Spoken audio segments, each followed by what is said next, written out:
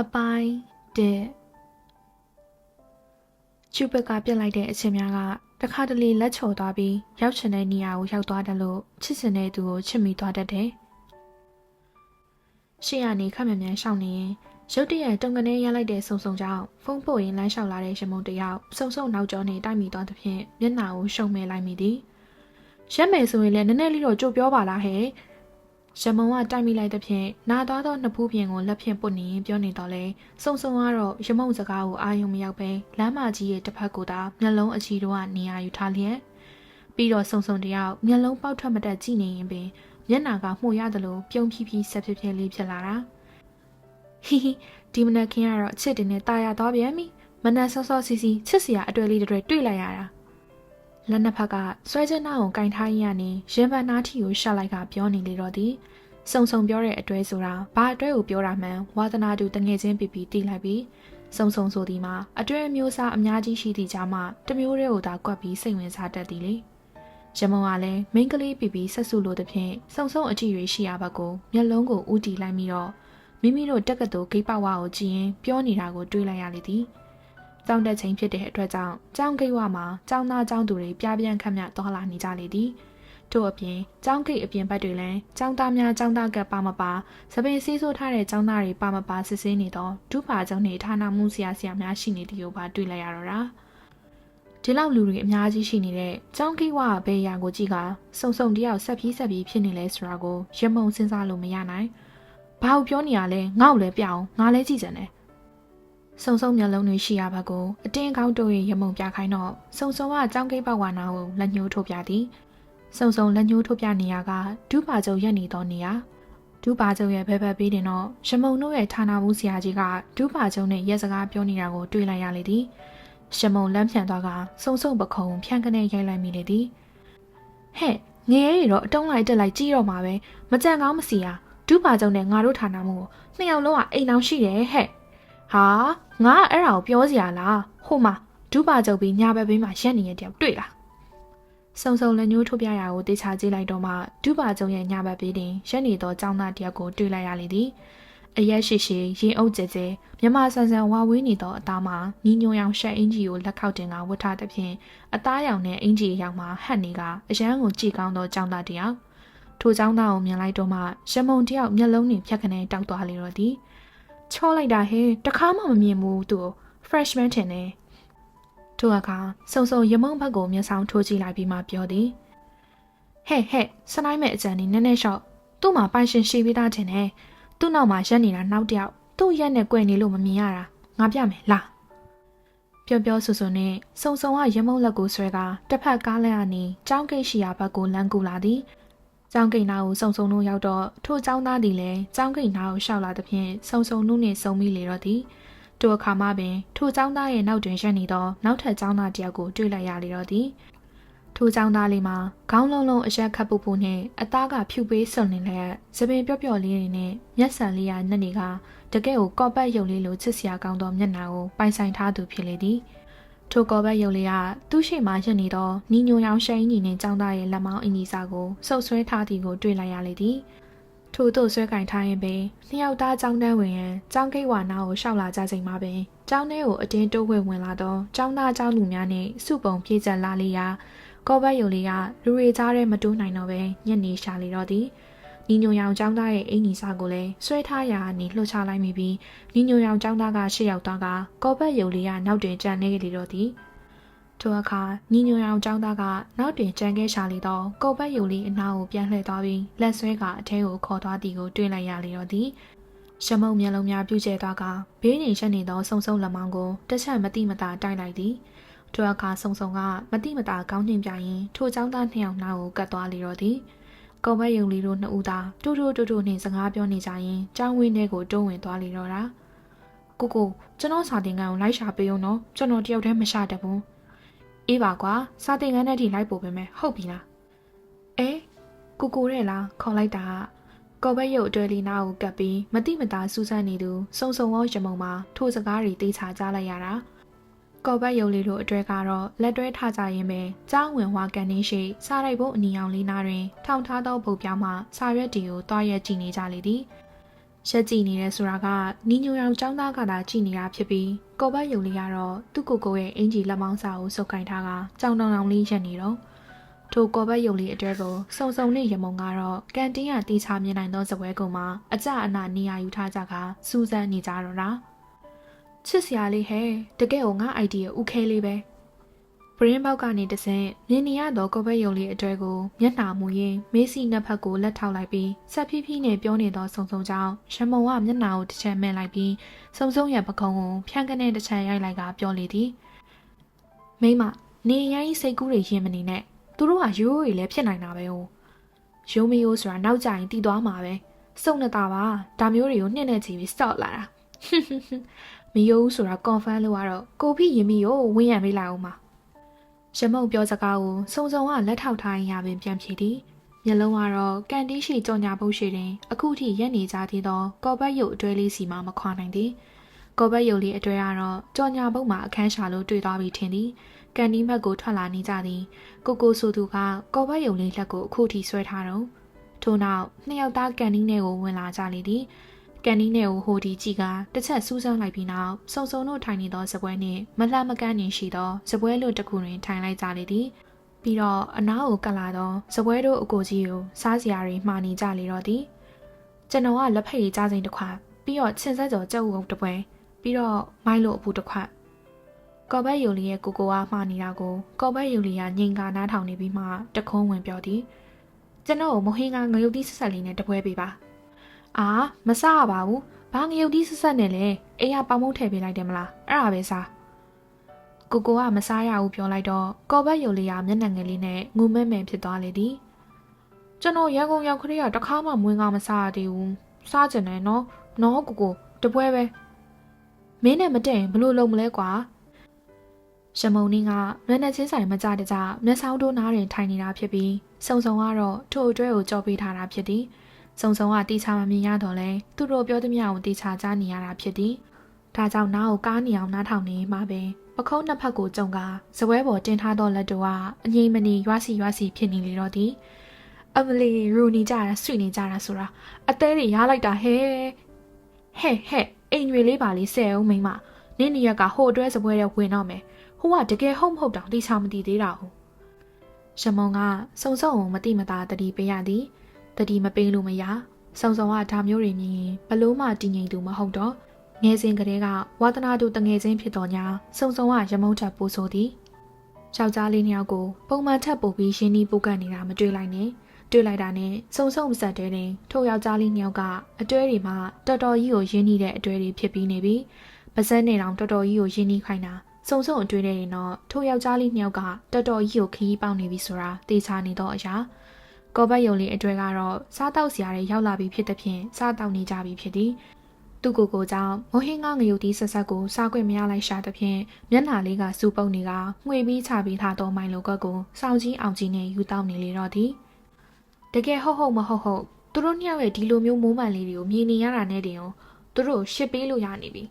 တကယ်ဟုတ်မဟုတ်သူတို့ကငါ OTP ပဲဟာရှမုံမျက်နှာကလည်းစုံစုံကိုမနိုင်ဘူးဆိုတော့သဘောနဲ့ပြုံးစီစီနဲ့ရှိနေရမှရုတ်တရက်အံ့ဩသွားဟန်နဲ့စုံစုံလက်ကိုခေါင်းအောက်ကနေကုတ်ကအချက်ပြရင်ခတ်တိုးတိုးပြောလေသည်ဟဲ့ငါတို့ကြည့်နေတဲ့ဟာငါတို့ဘာကိုရှောက်လာပြီးနှစ်ယောက်လုံးရှမုံညွန်ပြရာကိုကမန်းကရန်ကြည့်လိုက်ပြီးတော့အဟုတ်ကိုကော်ဘက်ယုံလေးအတွဲကစုံစုံတို့ဝိုင်းကိုဦးတီကရှောက်လာလေတော့တာကော်ဘက်ယုံလေးကိုရဲ့မျက်လုံးကြီးတွေကစုံစုံနဲ့ရမုံတို့စီမှာဟဲ့ငါတို့အရန်ကိုပြူးပြဲကြည့်နေလို့လာပြောရလားမသိဘူးငါပြောသားပဲအိမ်တွေလေးပါလေးဆဲပါဆိုတာကိုရမုံကအလန်တကြားပြောလေတော့စုံစုံမျက်နှာကိုတစ်ချက်မဲပြလိုက်သည်သူကြတော့မကြည့်တာကြာနေရပဲနောက်ကျောပြီးထားတဲ့စုံစုံရဲ့အပြစ်ပဲဖြစ်ရသည်ဟိုနန်းတဲလောက်အကူကြီးတောင်းကျင်တာလေးရှိလို့ကော်ဘက်ယုတ်လေးရဲ့ကိုကစုံစုံတို့ထိုင်နေသောဝိုင်းကိုရောက်လာပြီးမီးလီတော့မှပြူးပြဲကြည့်နေမိလို့ပြဿနာလာရှာတာမဟုတ်မှန်းသိသွားပြီးတပ်ပြင်းကိုမတိမတာချရသည်စီယိုကြီးအဆောင်ဆိုတာဟိုဘက်အဆောင်ကအဆောင်တက်ကိုပြောရလားခမညာအနီးကတေချာမြင်လိုက်တော့မှနီညိုအောင်အင်ဂျင်နဲ့ကိုသည်တကယ့်ကိုချောသည်ဆိုတာတော့ဝန်ခံရပေမည်ဝင်းဝါကြည်လင်သောအသားရည်နှင့်မျက်ခုံးတက်နှစ်ဖက်ကထင်းနေသည်ညာဘက်ပါးပြင်မှာခွက်ဝင်နေသောပဆိုင်တစ်ဖက်ကလည်းထိုသူရဲ့ချောမောမှုကိုပြည့်စုံအောင်အယောင်တင်ပေးနေသလိုမ မင်းနေသည်ကတကယ်ကိုအစင်တန်းမြင့်မြင့်ကဆင်းသက်လာတော့လူရင်ကြီးမှန်တည်တာလားစွာစုံစုံစိတ်ထဲကနည်းနည်းပင်ရှိန်သွားမိသည်မိန်းကလေးတွေဝိုင်းကိုတမင်လာပြီးရောကျင်သောပုံစံမျိုးမဟုတ်တီးကြည်ရဲဆိုတာတည်တာလွန်လားစွာဒါမှမဟုတ်မိန်းကလေးတွေကိုစိတ်ဝင်စားတာလည်းဖြစ်နိုင်တာပဲဟဲဟဲစုံစုံစိတ်ထဲကထိုးထိုးတွေးလိုက်မိပြီးမျက်နှာလေးကပြုံးစီစီလေးပင်ဖြစ်သွားမိသည်ဟုတ်တယ်ရှင်ဘယ်ခန်းကိုသွားကျင်တာလဲမသိဘူးရှမုတ်အမေကိုကော်ပတ်ရုပ်လေးရဲ့ကိုကဖြေသည်သူ့ခန်းကိုလိုက်ဖို့ကျင်လို့ခမဂျပန်မီဂျာပထမနှစ် COE4 ပါကိုက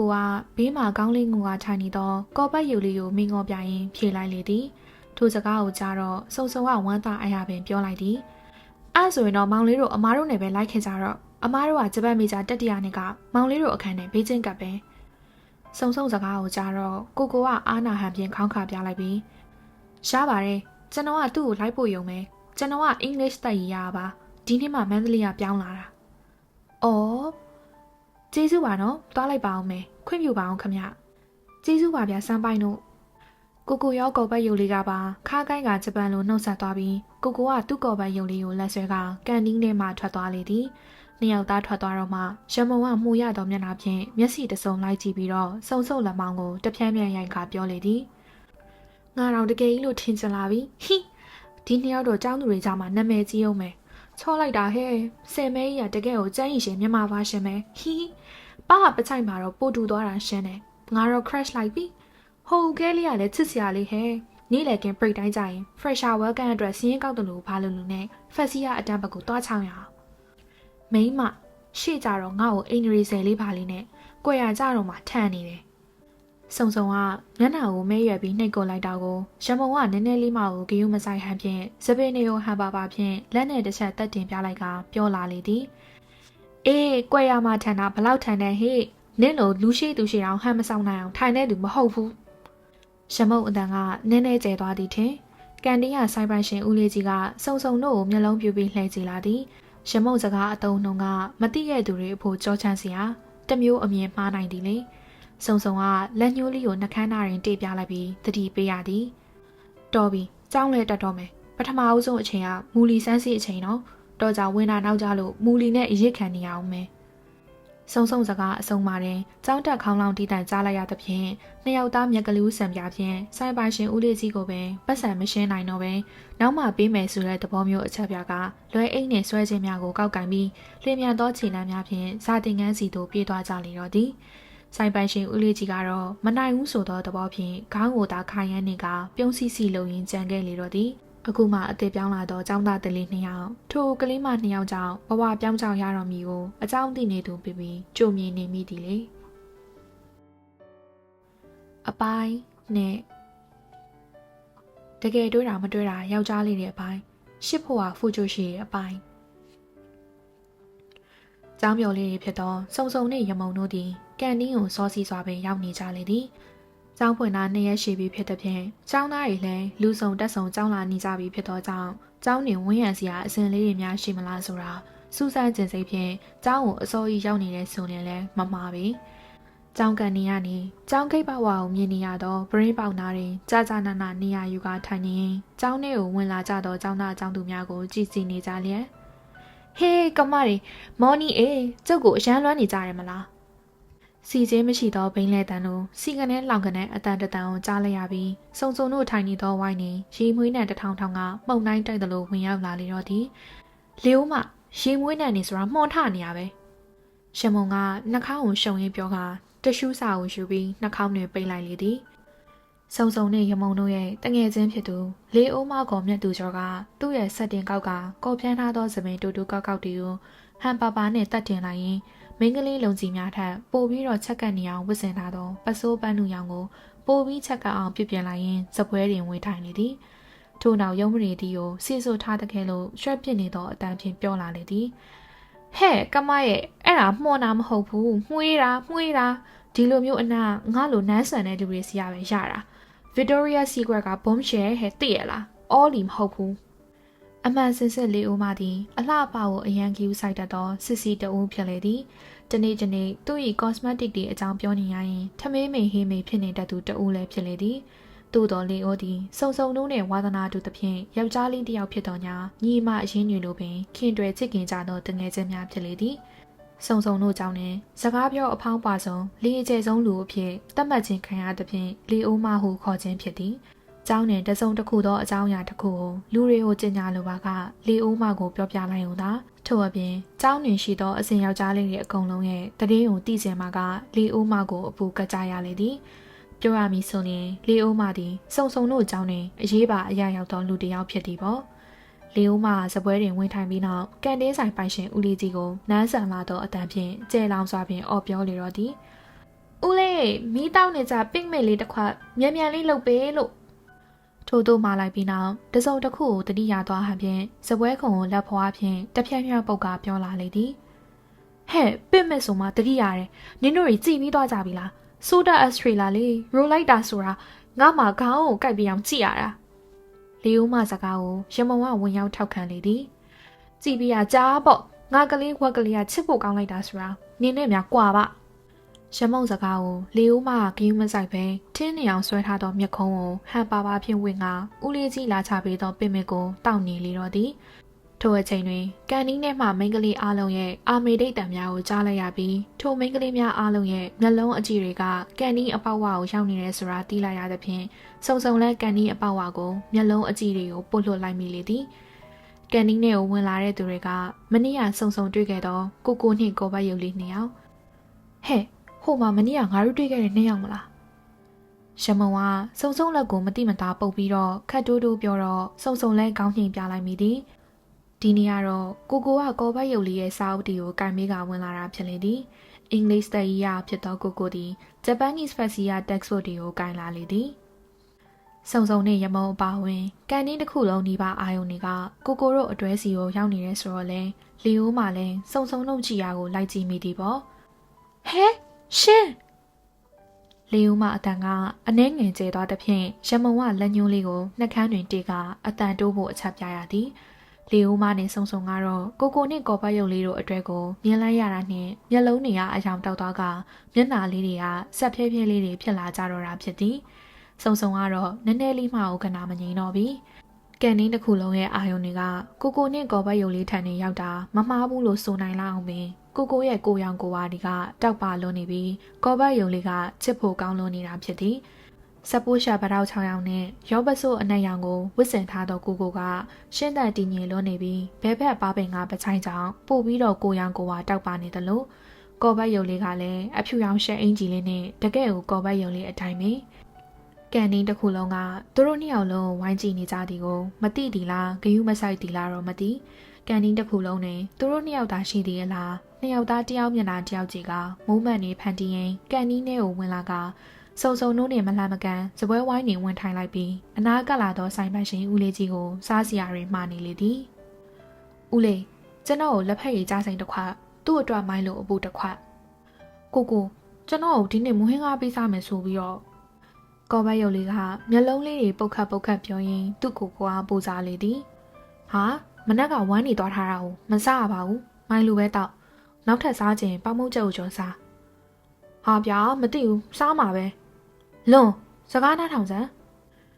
ကိုကိုနှင့်ကော်ဘတ်ရုပ်လေးဝိုင်းနဲ့မလတ်မကိုက်နေထိုင်နေသောစုံစုံကမျက်လုံးအကြည့်တွေကိုမတိမတာထူနေအောင်ဝိုင်းကိုပို့လွှတ်ထားပြီးနေရက်ကိုလည်းကားနေအောင်နားဆွင့်ထားသဖြင့်သူတို့နှစ်ယောက်ပြောနေတာတွေကိုအတိုင်းသားကြားနေရလေသည်ကော်ဘတ်ရုပ်လေးနှကန်းဆူထော်သွားသည်ကိုပင်မြင်လိုက်ရသည်စားစရာတွေလာချပြီးတော့လဲကိုကိုကကော်ဘတ်ရုံလေးရဲ့မိုင်လိုခွက်ကိုတေချာမှွေပြီးချပေးသည်စိတ်ကောင်းနေသဖြင့်စောင့်ကြီးအောင်ကြီးတောက်ချပစ်လိုက်တဲ့မိုင်လိုတွေကကော်ဘတ်ရုံလေးနှကန်းဆူဆူလေးတွင်ပေနေသည်ကိုလည်းကိုကိုကတ िश ူးဖြင့်စိတ်ရှည်လက်ရှည်တုပ်ပြီးနေပြန်သည်လေကိုကိုတို့အတွဲရူနေတာကိုမျက်တောင်မခတ်တိုင်းစိုက်ကြည့်နေရင်နောက်ဆုံးတော့စုံစုံတယောက်မနေနိုင်တော့ဘူးထင်ဘေးရင်ထိုင်နေသောလီအိုမရဲ့လက်ပေါင်းကိုတပြန်းပြန်းရိုက်ကပြောလေတော့သည်အာအသေးတွေရလိုက်တာဆိုတာငါနော်ဟဲ့လေဦးမမြင်တယ်မလားအဲ့ဒါငါမနီးရတွေကရှာဖွေတွေ့ရှိထားတဲ့အတွေ့သိကြတယ်သူတို့နှစ်ယောက်အတွေ့ပဲဟိ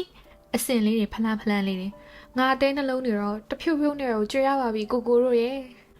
စုံစုံရဲ့စကားကိုလေဦးမကသူ့ရဲ့ရှင်ဘက်ကိုလက်ဖြင့်ဖိကညှင်းညူရင်းအားရပါရထောက်ခံလိုက်သဖြင့်ရမုံစိတ်ပြက်လက်ပြက်ဖြင့်ခေါင်းခါလိုက်မိလေသည် စုံစုံနဲ့လေဦးမနှစ်ယောက်တွေ့ကြရင်မျက်စိရှိနေမြင်မြင်သမျှကြားတတ်တော်ဝါတိုင်းကိုလိုက်ရှစ်တက်သည့်အထိအခြေအနေဆိုးတတ်သည်အခုလိုမျိုးယောက်ျားလေးနှစ်ယောက်ဆိုရင်တော့တကယ်ဟုတ်မဟုတ်မရရအောင်ပင်လိုက်ရှစ်တော်တာပဲဖြစ်သည်အခုလဲဟိုနှစ်ယောက်ကရိုးရိုးလားဆန်းဆန်းလားမသိရှစ်နေပြီလေစုံစုံကလေဦးမကိုပြောသည်လေဦးမသူတို့နှစ်ယောက်ကိုနည်းနည်းလောက် stock ကြည့်ပါလားဆယ်မင်းက English ကဦးကဲကငါတို့ဂျပန်ကပဲအိုး stock ဆရာမလို့လေဦးတို့ကအစင်စရာနဲ့ချက်ချင်း info ဆောင်အောင်လေ့လာထားပြီးသားမနေ့ကလေးက email ကြားအစင်မာတွေတဲ့တဲ့လှုပ်နေရနဲ့ငါလှုပ်ရှားထားတာဆယ်မဲကြီးနာမည်ကရှင်းခန့်မောင်နဲ့မန္တလေးကဒီနှစ်မှပြောင်းလာတာသူ့ကလေးဦးကဲလေးနာမည်ကလုံးရက်တူတဲ့နှစ်ယောက်စလုံးကမိုးကုတ်သားတွေသူတို့နှစ်ယောက်အမျိုးတော်မတော်ဆိုတာတော့ဘသူမှတေးချရေးရမသိပါရဲ့ရှမ်းလေဦးမာကသူ့ရဲ့ဖုန်းကိုထုတ်ရင်းစုံစုံနဲ့ရမုံကိုတက်လှည့်စီပြသည်ကော်ဘတ်ရုပ်လေးနဲ့ကိုကိုတို့ရဲ့ Facebook အကောင့်များလေဦးမာနဲ့နှစ်ယောက်လုံးနဲ့ friend နေပြီဖြစ်နေပြီလေပြီကျောင်းဖွင့်တာမှ2ရက်ပဲရှိသေးသည်ဒီလောက်ထိတိတိကျကျကြီးစုံအောင်စုံစမ်းနိုင်တော့လေဦးမရဲ့အစွမ်းကအောချရလောက်သည်အတန်းတက်ဖို့ဝရိယနေလာတဲ့လေဦးမကအစင်သတင်းနေဆိုတေချာမတိရမချင်းရေကုန်ရေကန်း live store တက်သည့်နေရာတွေတော့အရန်ကိုဆွဲကြည့်လွန်လာလေသည်ဟီနာမည်ကရှင်းခတ်မောင်နဲ့ကျန်းရင်ရှင်းတယ်လဲတူနာမည်မှလည်းရှင်းပါတော့ငါကတော့သူ့ကိုရှင်းလို့ပဲခေါ်တော့မယ်တစ်ချိန်လုံးငြိမ်နေတဲ့ရမုံကတခုံးဝင်ပြောလာသည်စုံစုံကလည်းခေါင်းငိမ်ထောက်ခံလိုက်ပြီးတော့ထပ်ပြောသည်ဟဲ့နင်တို့အားလုံးလွန်းလေးကငါကလေးနော်တခြားကောင်မလေးတွေစနိုက်ဖို့လောက်လာလို့ကတော့စုံနဲ့တာကြောင့်တိသွားစီရမယ်ငါကလေးကိုငါယောက်ျားပဲပေးစားမှာစုံစုံကလက်သီးလက်မောင်းတန်ရင်ပြောလေတော့ဒီတစ်ခေါက်တော့ရမုံရောလီဦးမှာပါမျက်နှာကိုရှုံးမဲ့လိုက်မိလေသည်ဟိုဦးကဲလဲငါကလေးဒီဦးကဲလဲငါကလေးနဲ့သူ့ကိုယ်သူဦးကဲတို့ရဲ့မိခင်စီအဖြစ်ကိုတတ်မှတ်ကမန်းတက်တိုင်တက်ပြနေသောစုံစုံကိုတခါတလေကြည့်မရကြပြီနင့်ကလေးကတေချာပေါက်ပလင်းခွဲပဲဖြစ်ပါစေရောနှစ်ယောက်လုံးကညီကိုတွေလည်းဖြစ်နိုင်တာပဲရမုံကထိုးသူပြောလေတော့စုံစုံကမိုင်လိုကွက်ကိုကိုယ်တိုင်ယူကလုံးရက်တူရဲ့နှကန်းသားလေးထိတေးကချော့မော်ပြီးတိုက်နေတော့ရှင်းခန့်မောင်ကိုမိငုံပြကပြန်ပြေးလေသည်ဟဲ့ဟိုမှာကြည့်လိုက်စမ်းဒီစင်နဲ့ဒီစင်ညီကိုစင်ဖြစ်မလားလို့သူတို့ကညီကိုတွေဘာလို့ပြောနေအောင်ဘင်္ဂလားညီကို public brother တွေပဲနေမှာစုံနဲ့တာပါဖူချိုရှီလောက်လာတာနှစ်ချို့နေပြီကောလဘဖူချိုရှီဖြစ်နေပြီကြည့်လိုက်တာနဲ့သိတယ်ဒီနှစ်ယောက်လုံးဝမယိုးတာဘူးဟာမျက်နှာဦးမော်ကြီးကဆီယာမာကြီးခိုင်းအပြင်းနဲ့ပြောနေတော့စုံစုံကိုလေဦးမကလည်းကောင်းညင်ကထောက်ခံလေသည်စေးမမီတော့နှစ်ယောက်နှင့်အပြိုင်ရမုံလဲလိုက်မပြောချင်တော့သဖြင့်ပခုံးနှစ်ဖက်ကိုသာတွန့်ပြလိုက်ပါတော့သည်အေးကြည့်ကြတော့လောက်ကြဖို့ဟာတော်ကြတကယ်တွဲနေရမဟုတ်ရင်ဘယ်လိုလုပ်မလဲအဆက်ကွဲစရာဘာအကြောင်းမှမရှိဘူးဒီမှာဒေါ်ပန်းရမုံချဲတေချာမှတ်ထားတကယ်တွဲတာမတွဲတာယောက်ျားလေးတွေအလုပ်ရှစ်ဖို့ကကျမတို့ဖူချိုရှိတဲ့အလုပ်အဲ့တော့အဲ့ညက်ကိုငါရှစ်ကိုရှစ်ပုံးမှာတကယ်တွဲနေရမဟုတ်ရင်လဲတကယ်တည်းအောင်ရှစ်ပြင်မှာဟုတ်ပြီလား OTP နှိမ့်လေးအောင်ပေးလိုက်အောင်မယ်ရှင်းတဲ့လုံးဆိုတော့ရှင်းလုံးကပဲပေါ့နေ့လေကြရင်ဖက်စီယာအတန်းဘက်ကိုတွားပြီးတော့ကိုရိုင်းကိုကြဝင်းရံတော့မှာနင်တို့လိုက်စင်လိုက်မလိုက်စင်နေမလိုက်လို့တော့မရဘူးလေရမုံလဲဖူချိုရှိတယောက်ပဲတကယ်ဟုတ်မဟုတ်မသေးကြတဲ့ပြင်လားတေချာမဝင်းရံရတာတကယ်လားဆိုရင်တော့ဝင်းရံပေးရမယ်တာဝန်ကရှိနေသည်လေပြီးတော့စုံစုံလူကြားတဲ့နေအရင်တရုပ်မပြတ်အောင်ထိမ့်ပေးရမယ်တာဝန်ရလည်းရှိနေသည်လေယောဂါဂေဆုံးတိရောက်နေပြီဖြစ်သောစုံတဲ့တာကိုရမုံကိုယ်တိုင်စိတ်လျှော့ကလိုက်ထိန်နေရသည်မှာကြာနေပြီလေဒါကြောင့်စိတ်ပြက်လက်ပြက်အတန်းဖြစ်တာခက်တိုးတိုးရှည်ရွနေလိုက်မိပါသည်ရှင်းလို့ရေယူရိုနှစ်ယောက်နဲ့ဖူချိုရှိမမနဲ့တော့တွေ့ကြတော့မယ်သတိသာထားကြပြီးတော့ break time ဆင်းသည့်ဘဲတန်မီလာသည်နဲ့ရှင်းခံမောင်တယောက်ဆရာကိုနှုတ်ဆက်ပြီးပတ်စံအိတ်ကိုကောက်ယူကအခန်းထဲရလင်းမြန်စွာထွက်လာခဲ့ရသည်ထို့နောက်မိမိစာသင်ခန်းရှိရာမြင်းကြီးတမလွန်ရက်တူရဲ့စာသင်ခန်းရှိရာအပေါ်ဆုံးထက်၄ရက်မြောက်ရှိရာသို့လင်းမြန်သောအချိန်တို့ဖြင့်ပြည့်တက်ရလေတော့သည်နမ်မတော်မောင်နုကိုကန်တင်းလိုက်ဖို့တာဝန်ကြီးတစ်ခုရှိနေသည်လေအခုဒီကျောင်းကကန်တင်းကကျောင်းသားအရေးအတွက်နဲ့နှိုင်းယှဉ်ပါကတော်တော်ကြီးကိုကျင်းသလိုစာရေးအတွက်ကလည်းနေသည့်အတွက် break time ဆိုရင်အလှကြီးပေးနေသလိုထိုင်စရာနေရာမရပဲအတင်းကိုအလှအရှက်တိုးဝေကဝယ်ယူစားတော့ရသည်ဟုခိုင်နှုံစွာသတင်းရရှိထားသဖြင့်ရှင်းခံမောင်တယောက်ခြေထောက်ကိုမောရာတက်ပြေးနေသလိုအရှိန်နှုံးဖြင့်သွားနေရခြင်းဖြစ်သည်မနေ့ကလေးကမိုဟင်းကားစားကျင်နေသောလွန်ရက်တွေကိုဒီနေ့စားခွင့်ပေးမိဟုပြောထားတော့ညာမနက်ကဝမ်းတွေသွားသဖြင့်ရှင်းတယောက်မကြွေရဲ့ဒါကိုကိုရောချောကစိတ်ကောက်က break time ကြရင်တယောက်တည်းလူတိုးပြီးသွားစားမိဟုကြုံဝါထားသဖြင့်ရှင်းခံမောင်စိုးရိမ်နေရခြင်းဖြစ်လေသည်ငယ်စဉ်ကတည်းကအင်ဂျင်ကလျက်နေလာတော့ညီရင်းလုံဖြစ်နေသည့်လွန်ရက်တူကိုစောင့်ရှောက်ဖို့တာဝန်အပြည့်အဝအနှင်းချင်းခံထားရသည်လေ လုံရတူတွင်သွေးဖြူဦးများကသွေးအားနည်းသောယောဂရှိသူမို့ရှင်းတို့မိသားစုဟာရောလွန်းတို့မိသားစုဟာပါလုံးဝတက်တဲ့လို့ဂယုဆိုင်ထားကြကပိုးမွေးသလိုမွေးထားခဲ့ကြတာဖြစ်သည်ရှင်းခမောင်ကိုယ်တိုင်ဒီလဲလုံရတူအပေါ်တွင်နည်းနည်းလေးမှမျက်ခြေအပြတ်မခံပဲအရေးတကြီးကြီးနဲ့နေလာခဲ့တာအကျင့်လိုဖြစ်နေပြီမို့အခုလဲဘရိတ်တိုင်းဆင်ချင်းအချိန်မီအခန်းကိုသွားဆောင်မခေါ်ပါကကိုရောချောဟာသူနဲ့မတည့်တဲ့အဖူအဆက်တွေကိုတယောက်တည်းသွားစားနေလိမ့်မည်ဖြစ်သည်တစုံတစ်ခုဖြစ်သွားပါကရှင်းခမောင်ရဲ့ဦးခေါင်းကိုစင်နှင်းခံရတာထပ်ပင်စိုးသောအနေအထားကိုရောက်သွားနိုင်သည်လေလုံရတူဆိုသည်မှာတဲတဲလို့အတော်အပြိုကြီး၃ယောက်ကြတဲ့ကြီးပြင်းလာရသူဖြစ်လေသည်ရန်ကုန်နေကျောင်းလာတတ်သောအခါလုံရတူရဲ့အတော်ပြိုကြီး၃ယောက်ကအုတ်ထင်းသူအဖြစ်ခံအပ်က2 နာရီကြာတစ်ခါကိုသူတို့တူဖြစ်သူအကြောင်းဖုန်းဆက်ကစစ်ဆေးတတ်ပြီးတခုခုဆိုရှင်းခမောင်ရဲ့အဖေနဲ့အမေရပါရှင်းခမောင်နားပူသည့်အထီစုပူတတ်သဖြင့်နည်းနည်းလေးမှမျက်ခြေအပြတ်မခံရခြင်းဖြစ်သည်ပြောရလျင်လုံရတူတစ်ခုခုဖြစ်လျင်ရှင်းခမောင်ကအနေအစားမချအောင်လေလင်းမြန်လာသောအချိန်နှုန်းဖြင့်ရှာထွက်မတက်ပြေးနေတာတောင်လုံရတူရှိရဲ့လေးဓာတ်ကိုမရောက်နိုင်သည်ဘရိတ်တိုင်းပေးလိုက်ပြီးမို့စာတင်ခန်းတွေထဲကနေထွက်လာကြပြီဖြစ်တဲ့ကျောင်းသူကျောင်းသားတွေကလည်းကန်တင်းနေထိုင်ကုန်နေရလူဖို့အတွက်စာတင်ခန်းတွေထဲကအလူအရက်ထွက်လာပြီဖြစ်တဲ့ဖြင့်လုံရတူရှိရာလေးဓာတ်ကိုမြန်မြန်မရောက်နိုင်ကိုရောချောကကန်တင်းကိုရှင်းခံမောင်မရောက်ခင်အရင်ရောက်သွားပြီးမိုဟင်းကစားပစ်လိုက်လို့ဝမ်းသွားတာမပြောက်သေးပါကရှင်းခံမောင်နားမီတောက်သည့်အထိပစုပူခံရတော်မူဖြစ်သည်ရှင်းခံမောင်ဆိုသည်မှာလူကိုယ်တိုင်းဟာဘလောက်ပင်ပန်းပါစေနားပူတာကိုတော့နည်းနည်းလေးမှမခံနိုင်သူဖြစ်သည်လေတတိယနှစ်ယောက်မှလုံရတူကြောင့်ရန်ကုန်ကိုကြောင်းပြောင်းလာသည့်အဖြစ်ကိုအသားမကျသေးသည့်အပြင်လုံရတူခေါ်မြောက်လောင်းကိုတစ်ချိန်လုံးလိုက်ကြည့်နေရတာကြောင့်ရှင်းခံမောင်ခမကလေးတစ်ဖက်နှင့်ကြောင်းတက်ရသောအမေအိုကြီးတစ်ယောက်နဲ့ကိုတောင်တနာမိလေသည်နောက်ဆုံးတော့လုံရတူစာသင်ခန်းရှိရာလေးတက်ကိုရောက်လာတော့ရှင်းခံမောင်တစ်ယောက်မျက်ဖြူဆိုင်နေပြီလုံရတူရဲ့စာသင်ခန်းနာကိုရောက်တော့အတန်းထဲတွင်ကျောင်းသားတွေတောင်တိတ်မရှိတော့တာကိုတွေ့လိုက်ရသဖြင့်လွန်းတယောက်အောက်ဆင်းသွားကမဟင်းကားသွားစားနေပြီလားဟုစိုးရိမ်သွားကလူတွေရှိနေသည်ကိုပင်ဂယုမဆိုင်နိုင်တော့ပဲအတန်းထဲကိုဝင်သွားမိလေတော့သည်အတန်းထဲတွင်တော့လုံရတူတယောက်ကသူ့ရဲ့စပွဲခုံပေါ်တွင်ကောင်းမလေး2ယောက်နှင့်ခန်းတဲ့ယောက်ျားလေးတယောက်လိုဝင်းရံခံကထိုင်ရင်းရေမောကစကားပြောနေသည်ကိုတွေ့လိုက်ရတော့မှရှင်းခမောင်တယောက်တက်ပြင်းချနိုင်တော့သည်ကျောင်းတက်တာ2ရက်ပဲရှိသေးရဲ့ဒီကလေးတဲတော့ပါလားကောင်မလေးချောချောလေးနေတာအပေါင်းအသင်းဖြစ်နေပြီလေ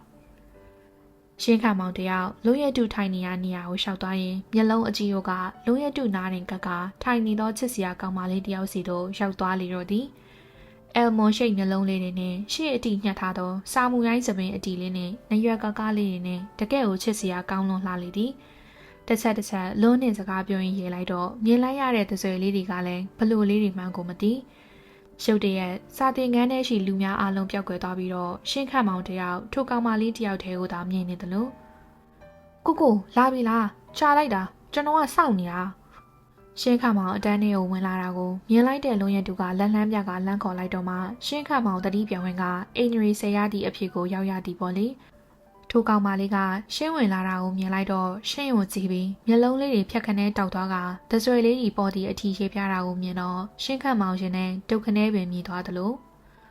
မွေးကလေးကကောင်မလေးတွေကိုချီခဲ့သောရှင်းခမောင်တယောက်ထိုကောင်မလေးကိုတော့ကြွေမိပြီးထင်သည်မိုးကုတ်သားလေးရှင်းခမောင်ရန်ကုန်သူလေးတယောက်ကိုကြွေမိပြီးထင်ပါအတန်းထဲကိုမောကြီးပန်းကြီးပြေးဝင်လာသောရှင်ခမောင်ကိုမြင်တော့စုံစုံပြုံးလိုက်မိသည်သူ့ကလေးကိုသူစိတ်မချသဖြင့်မောကြီးပန်းကြီးပြေးတက်လာရသည်မှာတနာစရာကောင်းလာသည်လေမမတို့အဲ့ဒါကျွန်တော်အကိုရှင်ခမောင်နဲ့ကို